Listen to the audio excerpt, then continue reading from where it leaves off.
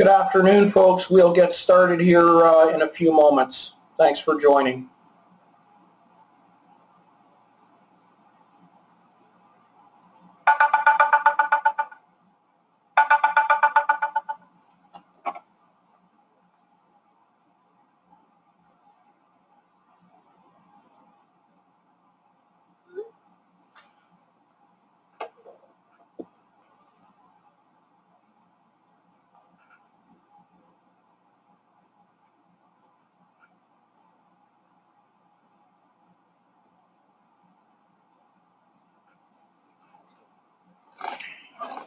Good afternoon, folks. We'll get started with our webinar today. So again, thank you for joining.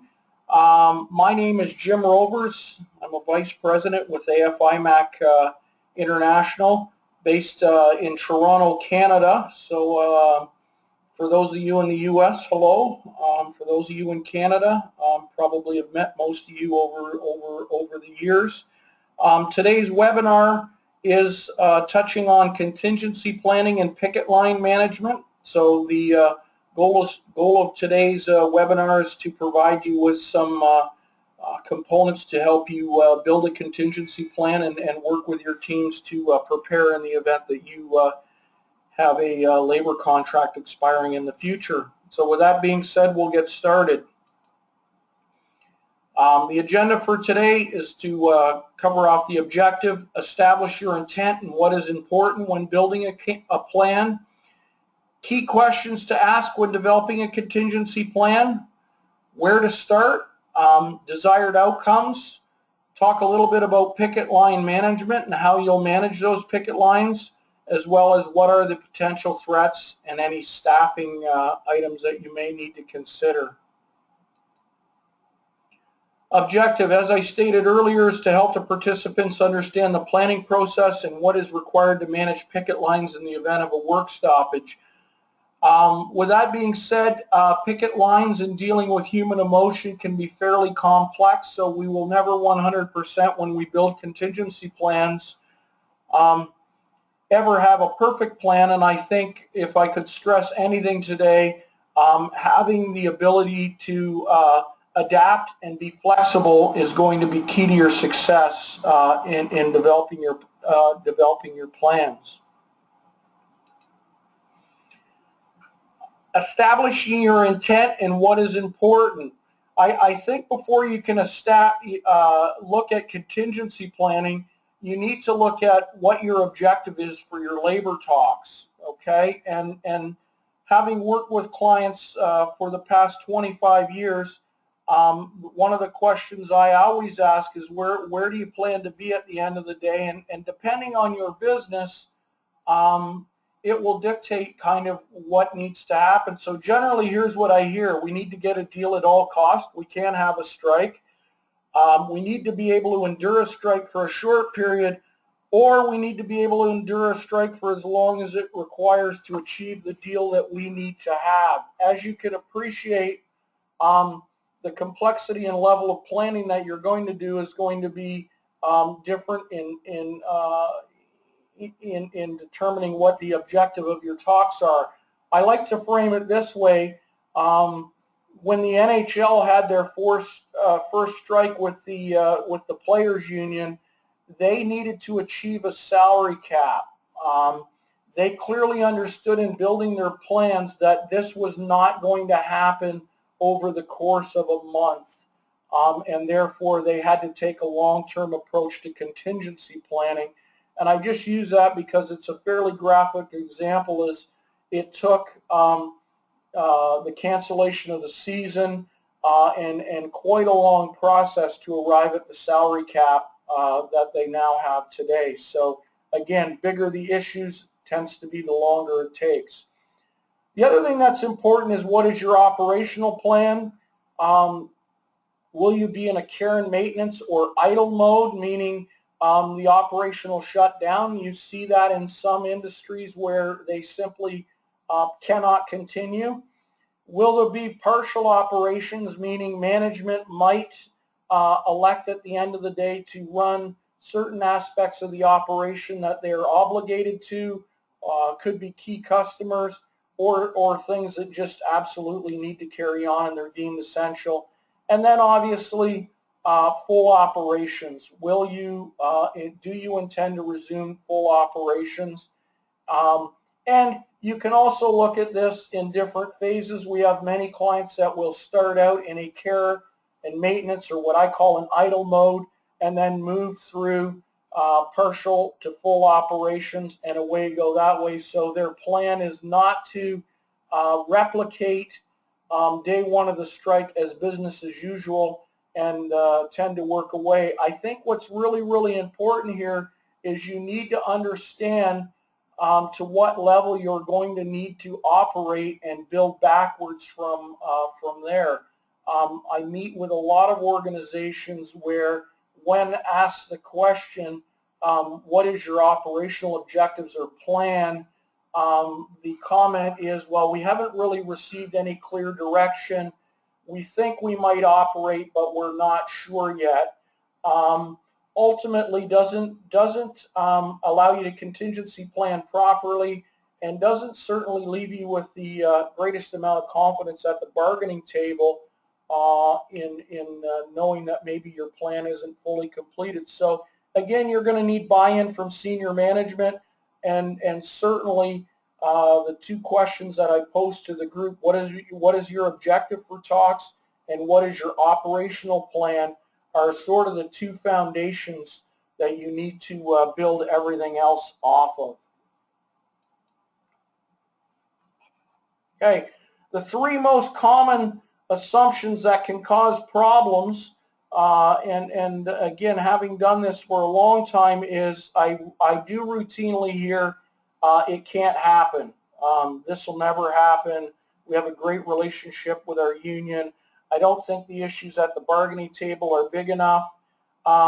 Obviously, you know, you tend to go into labor discussions having some sense of where you need to be and what those talks might look like, but I would caution you never to fall into the trap that it can't happen, because it still does routinely happen, where both parties thought what they were working through appeared to be relatively easy on the surface. As they drilled into those issues, they became more and more challenging. Okay. The other thing that I often hear is, we have everything that we need. I would encourage you, if you're tasked with building a plan and you're talking to your different functions within your business, when you hear the comment, we have everything you have, it's generally worth the effort to have a discussion about, okay, what does that mean? What does it look like? What are the timelines? What steps need to be taken? And away go that way, because we often get calls that are last minute, and it will sound something like this. Hey, Jim, we forgot all about how our people were going to get in and out of the parking areas, and we think we want to van or bus people into work. We don't want them to cross their picket lines in their own vehicles. And again, we thought we had everything we needed, but we forgot this one element. So again, build out your checklist on the things that you need to cover off, and certainly make sure you have that. The other thing that I hear quite often is, we don't have a budget or resources. You know, I recently had to brief a group of senior managers with an organization, and they had given the HR folks a pretty difficult mandate in terms of reaching an agreement. They had indicated that they were prepared to take a work stoppage if need be. However, by the way, walk down this path, but there's no budget or resources that we're going to specifically allocate to this. As you can appreciate, very difficult to start to execute a plan and build a plan and understand where you might need to get at the end of the day. So please ensure that you got budget in place. As the group I spoke to last year, they were looking for concessions. The concessions over the lifetime of a 5-year collective agreement would have amounted to approximately $100 million in annual savings over quite a large workforce surrounding wages, benefits, and pension. You know, and when the conversation was turned into a dollars and cents conversation, saying, you know, if you achieve this, here's the savings on the other end, and you need to do this for your business to survive. We kind of need to have some budget in place to move forward and do that. And I think in framing the conversation in that context, they really understood that we're going to have to throw some support behind our HR and corporate security folks to make sure they've got the tools that they need to execute on our strategy. Okay. The one thing that I always talk to people about, and certainly you'll see this in emergency management, we always talk about probability and consequence. And I think if you can take a lot of your conversations when you're speaking to your senior management team and really look at the probability of an event happening and the consequence of that event, it starts to allow you to really drill down on what's important in your contingency planning process. An example of that might be, let's say your property has no perimeter fencing, it's very exposed, and you feel that there is a certain risk to having picketers or protests come onto the site. What are the probability of that happening during a strike? Highly likely. The question becomes, what is the consequence? If your building has an elaborate access and CCTV system, and the fact that they're coming onto the property does not really pose any risk, is the fence really something that you need? However, if the consequence of them coming on site is access to equipment, vehicles, a host of other things, or harassing or badgering people, the consequence of not having that would be quite significant, and you're going to need to build plans around that. So my message in all of this is, you're not going to get funding for everything that you need, but if certainly you can build a case around the probability of something happening and the consequences of that event, you're likely going to be able to do a far better job of getting the things that you need and building a good, strong business case. When building a contingency plan, there's a host of questions that you certainly need to ask. I think what's really critical at the end of the day are these three questions. Number one, what do we need? Okay, so you need to look at all the things that you might need. And again, this goes back to, so if your plan is to have a labor dispute, if need be, goal is not to, that labor dispute cannot last any longer than 4 weeks, and we will need to run the operation in partial operation mode. In terms of what do you need, you're going to start to need to, how many people do we need on site? How are we going to get those people on site? Will we need vehicles? And there's a whole host of things that get built out of that. So once you figure out operationally what you plan to do and how long a strike might be, then you need to start to build out the building blocks of what you need. Once you have the complete list of what you need, you can then start to look at what you have, okay? And you may already have some of the items that you need, or you may have vendors in place already to do some of the things you need. And then lastly, what is justified? So at the end of the day, it becomes very important to look at what would be reasonable in the circumstances to get this. I think if you use these sort of three questions to guide you, you won't find yourself in doing some things that maybe you'll later regret. And here's where I'm going with that. You do often find at the end of the day, contingency planning and labor unrest in particular can be somewhat emotional, and a lot of times actions or buying buying activities take place surrounding things that are just not justified. And you know, as an example that always sticks with me is, Jim, we need a helicopter on standby as part of our plan. And then you begin to look at, okay, what are they doing at the site? What would cause them to need a helicopter to do X, Y, and Z? And then narrow it down to, really at the end of the day, nice to have, probably can't justify spending the kind of money on that. So I think if you use sort of these 3 questions to get you through that, you're laughing. For those of you on the call, we will be sending out a contingency planning checklist after the webinar today, along with a contingency planning guide.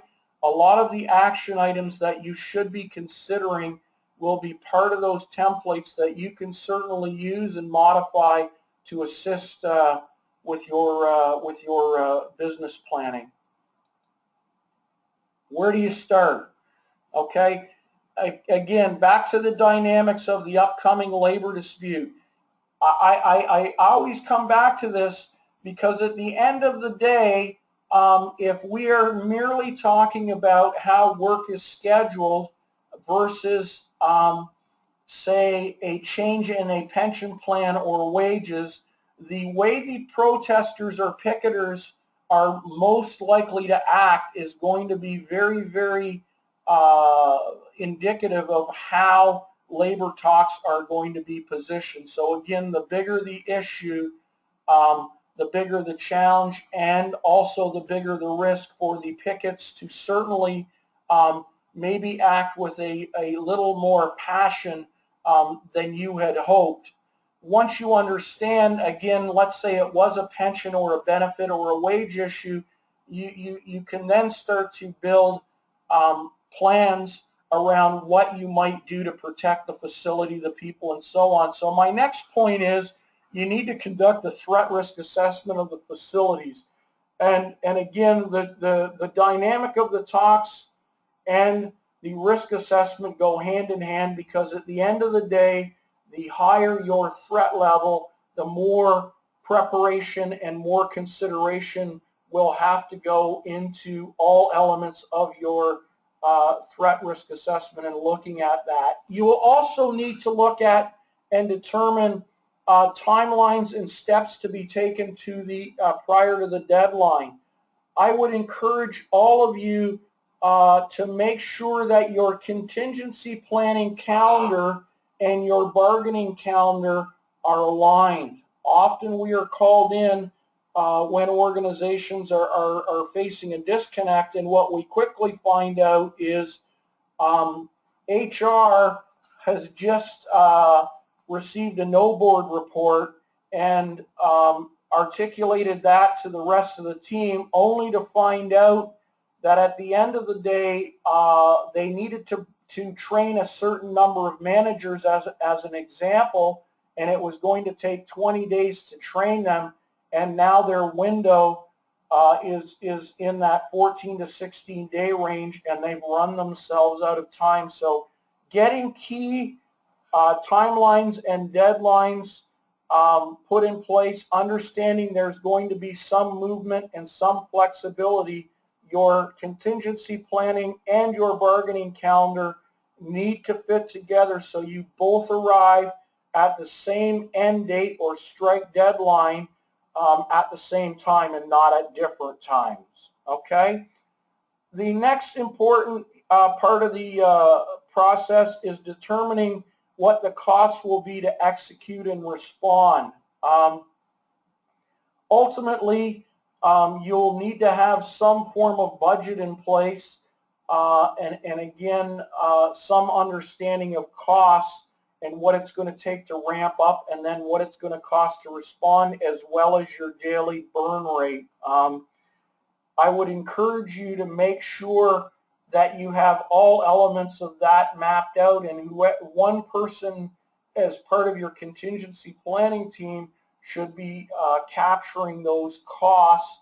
Again, I think that also allows you to feed that back into what are we trying to achieve at the bargaining table, how long will this last, and also be able to provide a well-resourced contingency plan with a clear understanding of cost.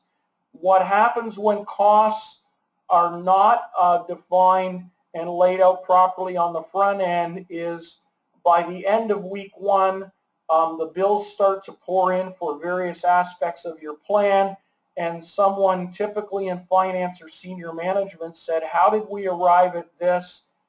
Where's the budget?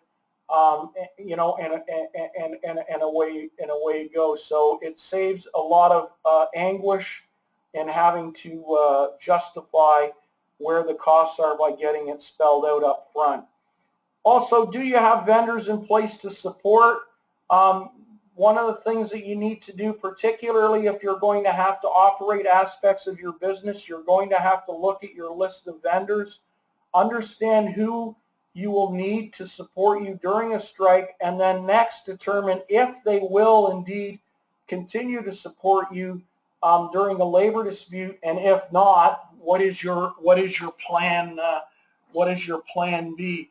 When we talk about vendors, it could be right from overalls, work gloves, things of that nature, right up into including temporary staff, trucking companies, things of that nature. So you need to take everything into consideration.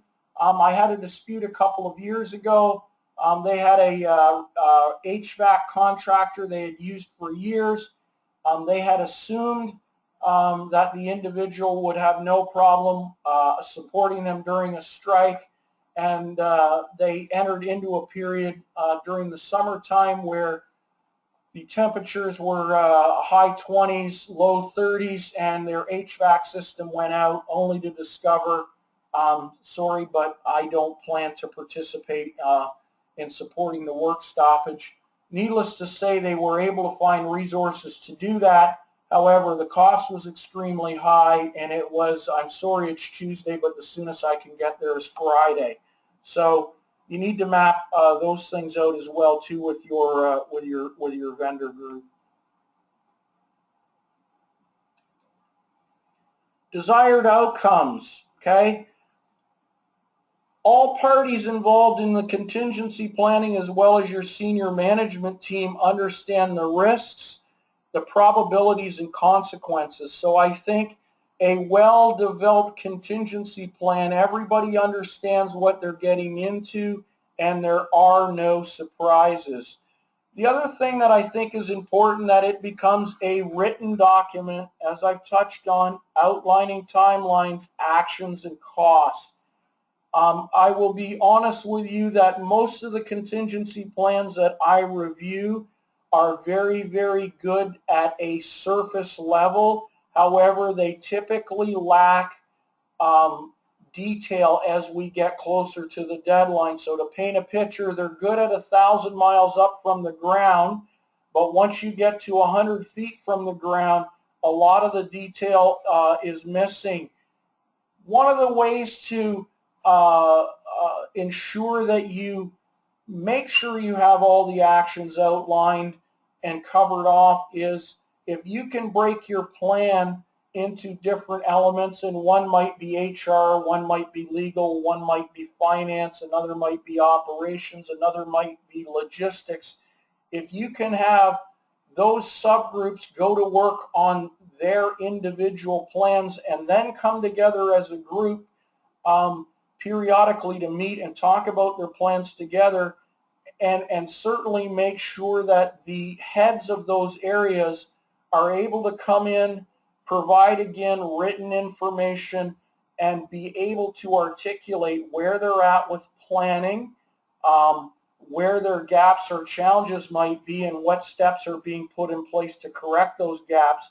You do wind up with a very, very thorough written document at the end of the day with all details captured.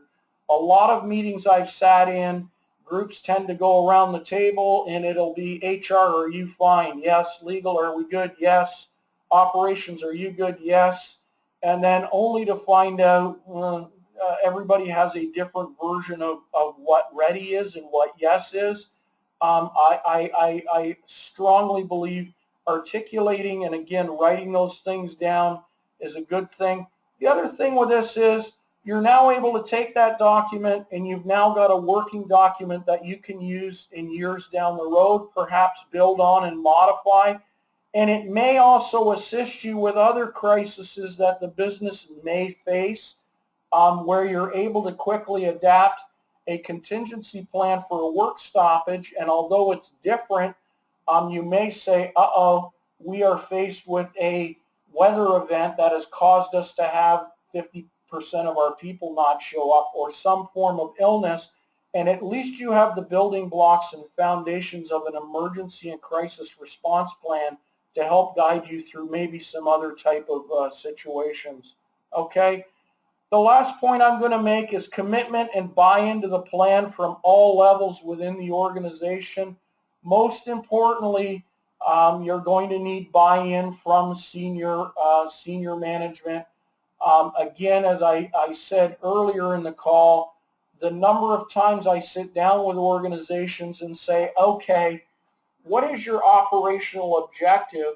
And if there's 5 people in the room, they've got 5 ideas as to what, oh, we're going to just shut the business down and we'll get through this event and we'll come out the other side, up to and including, we've got a number of key customers that we absolutely need to continue to provide for, and we need to be able to make sure that we deliver on our commitments. So having everybody buy into the plan, understand the plan, and recognize what it is you're trying to do is a critical element at the end of the day. I will say this: in any type of crisis or emergency event, you do not want to be soul searching or making critical big picture decisions on the fly. Ultimately, you tend to find yourself making errors, and you also find that the outcome is very, very costly because you're making emergency buying decisions versus ones that have been planned out. So that's my point there. In terms of picket line management, what will you need to consider? Again, you need to look at the union that you're dealing with. Every union sort of has a flavor for how they like to do things. Some are more aggressive than others. So you need to certainly look at the union that you're dealing with, and again, the issue on the table. So you may take a union that represents public sector workers, and you may at the end of the day say, we are going to change the way that we pay them. You may have them act in a very aggressive way because the issue is fairly substantial. However, let's take that same union and really talk about scheduling of work or hours of work. Will they go on strike? Maybe they will, but they're probably not going to act in a way where they felt disrespected, hurt, or whatever the case may be, and act aggressively. Next thing is number of members in the bargaining unit. It's important for everyone to know that most unions require their hourly employees to do 2 to 3 4-hour shifts a week in order to collect picket pay. Your die-hard union members will be at the picket line every day, but what is important is, and they will be there the first 2 or 3 days, eventually the picketers will roll into what I call a picket pattern, and they will start to show up when they are required to show up. So as an example, if you have 100 employees going on strike, we often have management planning and basing scenarios around 100 pickets, when in reality you're probably going to face numbers somewhere in the 15 to 20 range on most given days. So you need to take the number of people into consideration and how they're going about picketing your location. Third item is past history. of strikes in your geographic area or industry. So if you have a bargaining unit that has the propensity to go on strike, unfortunately, history does repeat itself.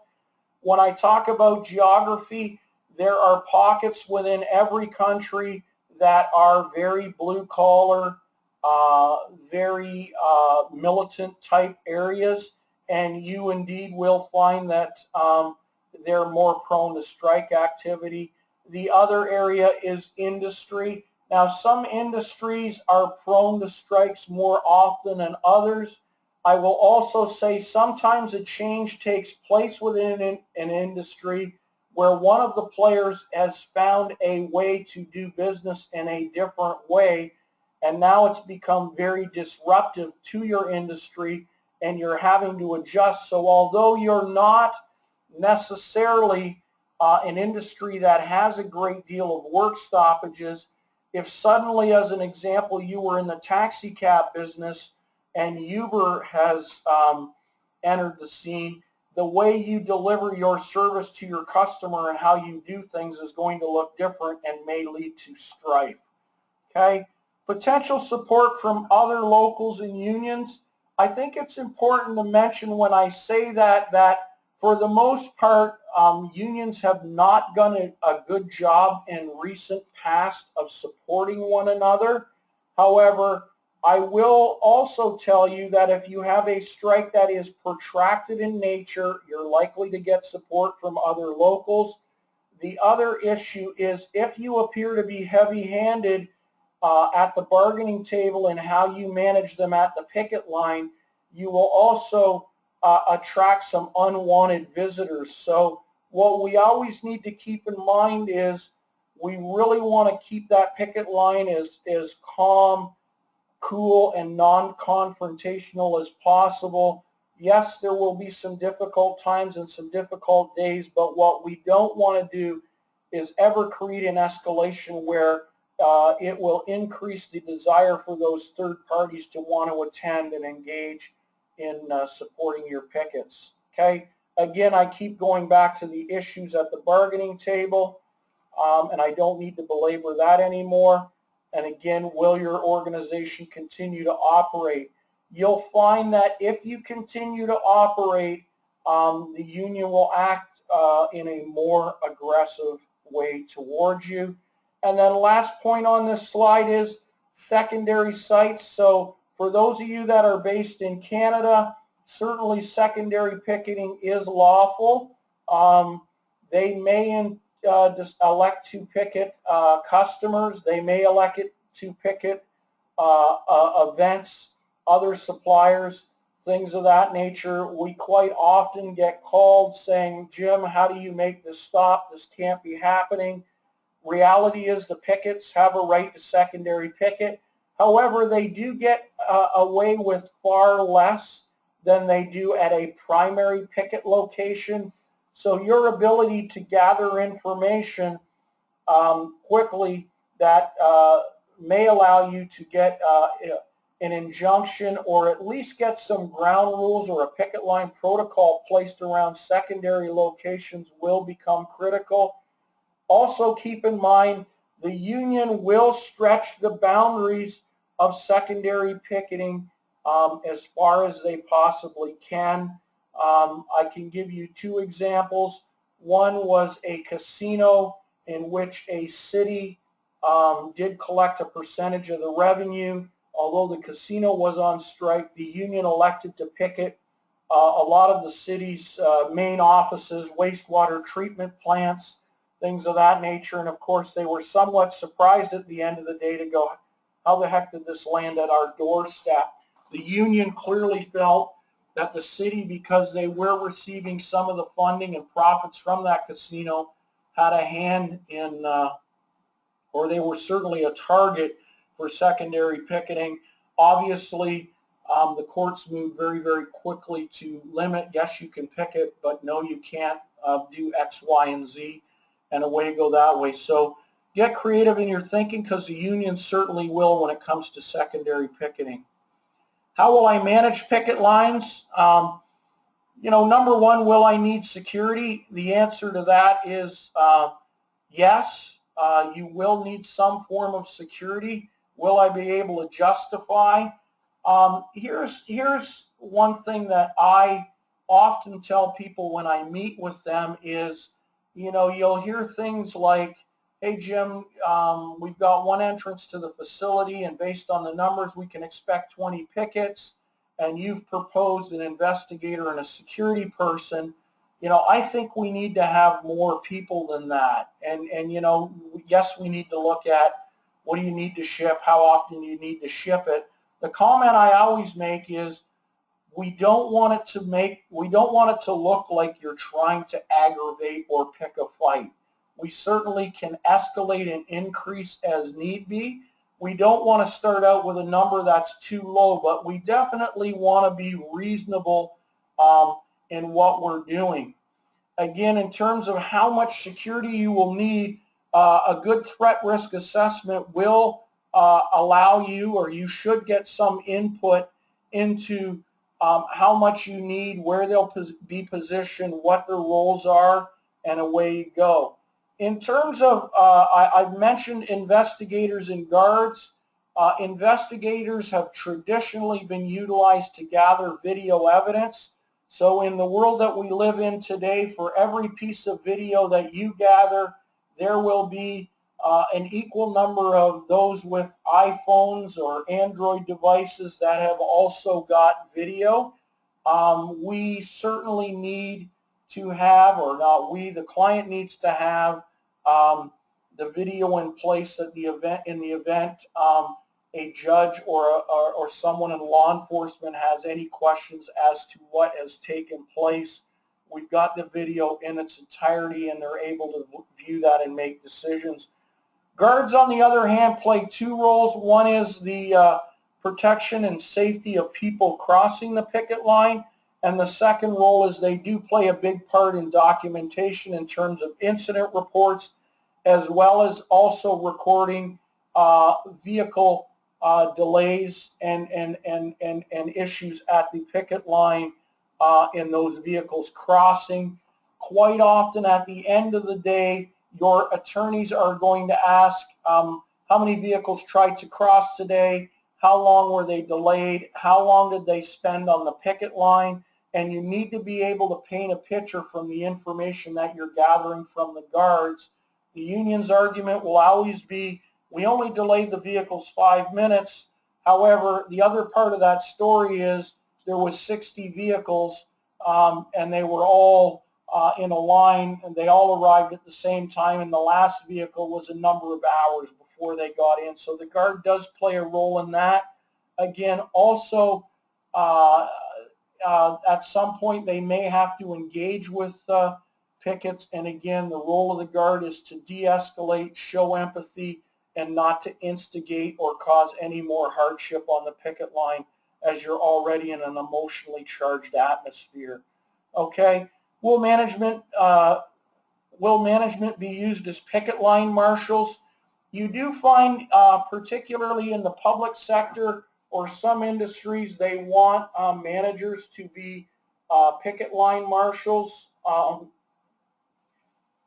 The comment I'll make on picket line marshals, if you decide that's the path you're going to choose, you need to be all in with that decision. We often find that a couple things, managers are not eager to be a picket line marshal, not terribly well equipped in a lot of cases to deal with folks on the picket line that are agitated. And at the end of the day, you'll often find management saying, we want to abandon the Marshall Plan and go to a security model. And of course, the pickets at the end of the day, when those marshals are removed, will not necessarily heed the direction of security, and you do find yourself in a period of time having to manage through those challenges. So if you are going to use marshals, educate, make sure they're 100% up to speed and understand what they're getting into. And then secondly, make sure that's a plan that you're prepared to embrace even when things don't go particularly well. understanding that a change will cause a ripple effect. Again, we talked a little bit about secondary picketings, but you'll also need to map out how you might respond to those picket lines from a security or evidence gathering response at the end of the day in the event that you need to get a court injunction. Will pickets target senior leadership? Certainly we have seen this in the past. We've recently seen a new tactic emerge where the pickets have used Twitter or other means of social media to communicate, and we have, as recent as a month ago, had one particular union use Twitter where they were posting senior management names as well as address information, encouraging members to picket those homes, allowing the tweet to stand or the post to stand for a period of time, and then taking the tweet down at the end of the day. And they're using, it was used as a tool certainly to muster resources to those locations. Again, senior managers tend not to react too well to picketers out in front of their home, so you will need to have some sort of plan and strategy in place to support them, mitigate that risk, and number one, make sure they do not become a YouTube sensation by doing something that would be bad for the brand and regrettable, at their home. So we do find people can be very controlled, operate very professionally from a business perspective.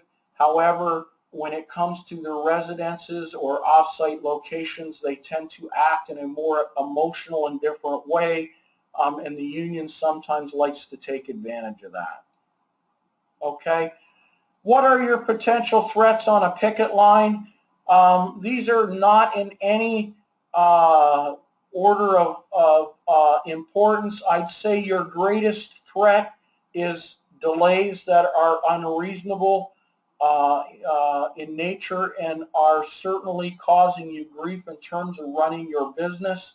I will also add that injunctions are certainly easier to get than they were in the past, but the components of getting a labor injunction are you need to show the police are unable to respond, they're unwilling to respond, and also the economic impact that the delays are having on your business. So I don't want anybody that's on the call to wake up and go, hey, we've been delayed in getting our workforce in by 30 minutes. We should be able to get an injunction. There is a process. There is some building blocks that you need to go through. Is it achievable? The answer is yes. However, you will experience delays, and you need to factor that into your daily routines. Blockades, so if you move from delays into blockades, you often find where if the pickets have not been well instructed, they will move from delaying to blocking and not allowing access for extended periods of time. They are not allowed to do that, and certainly, again, the injunction and evidence gathering component of what I discussed a moment ago will become very, very important at the end of the day. You'll often see with injunctions where the judge at the end of the day will do something like this.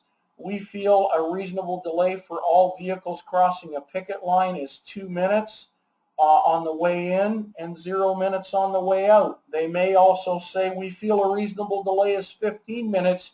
However, it's all vehicles arriving in a 15-minute window. If the pickets become violent in nature, which is the next component, they may also reduce the numbers. So that might read a 2-minute delay is warranted at the picket line. Pickets can have no more than 10 pickets per gate, and that you'll see that often where violence occurs.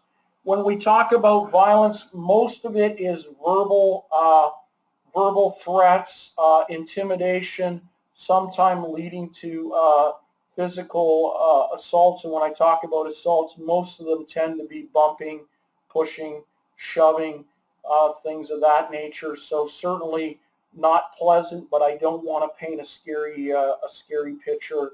Also, certainly the other element that I want to bring to your attention when we look at violence, people often think that phoning the police will get engaged. Yes, they will attend. Their role is to keep the peace at the end of the day. Very rarely do they make arrests on a picket line. So that, in essence, is not your silver bullet. They do not wish to engage themselves any more than they need to, and the violence would have to be fairly egregious for them to take action. So please keep that in mind. In terms of customers and suppliers, of course, the object of the union is to make sure you are not able to service your customers. They're putting economic pressure on you, and they're also, in some cases, trying to impact your suppliers, so they may not wish to support you or continue on. You need to look at, I meet with lots of organizations where they say, Jim, we can only operate at 50% capacity, but we're going to service 100% of our customers. You will, at the end of the day, have to make some tough decisions around which customers can you keep and satisfy and which ones can you not. At the end of the day, you'd much rather, and the conversation I have to have quite often is, rather than upset all 30 of your customers, why don't we pick the 15 we're going to do a great job with? And although they hate to hear it, which of your customers are we going to fire? And often there's a healthy debate around, this one is a low margin customer, this one doesn't pay us on time, a host of things go on, and the clients that they truly cherish and have to maintain are the ones that they place the greatest emphasis on. When we look at family life and disruption to family life, it will not be business as usual for those that need to come in. You can appreciate they'll be delayed getting in. They will be delayed getting out. They may not be able to get to all the appointments that they need to for dentists, eye doctors, soccer matches, things of that nature. You will need to work with your HR teams in ensuring that you try to minimize that as much as possible, but also build expectation and understanding around some of the disruption that is likely to occur at the onset. And then also the last thing is damage to your brand. So we talked a little bit about people becoming a YouTube sensation. Certainly that can be very impactful to what might happen with your brand, particularly if you're a city or a municipality or a brand that has an image for caring for people, or also in the area of consumer products. So you'll have to look about, look at the potential damage that could come to your brand and begin to prepare for what tactics the union might deploy in order to put pressure on you in terms of the brand. I've certainly seen in the food industry statements like, please do not eat the food, it's being made by managers who are untrained. The health or the safety of that food could be of concern. Uh-oh, not good.